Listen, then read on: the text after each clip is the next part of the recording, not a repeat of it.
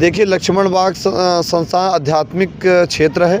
उस आध्यात्मिक क्षेत्र तपोभूमि में हम लगातार शिकायत कर रहे हैं कि लक्ष्मण बाग की भूमि बिना अंतरण किए, बिना रजिस्ट्री कराए किसी दूसरे संस्था को यदि निर्माण के लिए दी जा रही, निर्माण एजेंसियाँ कर रही हैं, तो ये पूर्णतः नियम विरुद्ध है।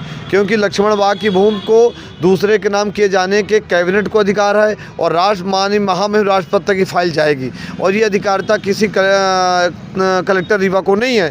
पर लगातार वहाँ निर्माण एजेंसी कई विशाल वृक्षों को, जो पुराने वृक्ष थे, उनको भी काट के फेंक दिया गया है। वहाँ निर्माण कार्य की प्रक्रिया प्रारंभ की गई है, जिसकी हमने लिखित शिकायत आयुक्त महोदय रीवा संभाग रीवा से की है और प्रदेश के वरिष्ठ अधिकारियों से की है कि लक्ष्मण बाग संस्थान की भूमि को, वो देश के कोने कोने में भूमियाँ हैं और उस भूमियों को अंतरण, विक्रय, दान, लीज करने का प्रावधान कलेक्टर रीवा को नहीं है और इसकी विशेष अनुमति कैबिनेट से लेनी होगी और इसका अनुमोदन माननीय महामहिम राष्ट्रपति से उनका संविधान का अनुमोदन है, उस संविधान को पढ़ना होगा और लक्ष्मण बाग संस्थान की भूमि को विक्रय नहीं किया जा सकता।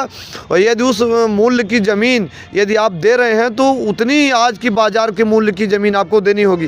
कई शिकायतकर्ताओं ने ये भी लिखा है कलेक्टर रीवा को पत्र भेजने कि इस ज़मीन को हम उसके चौगुना रेट में दे रहे हैं। जो लक्ष्मण बाग की ज़मीन का मूल्य आकलन सरकार कर रही है और संस्कृत संस्थान के लिए दे रही है, तो संस्कृत शोध संस्थान जो क्षेत्रीय कार्यालय रीवा में खुलने जा रहा है, उसके लिए तो मध्य प्रदेश सरकार के पास पर्याप्त ज़मीनें हैं।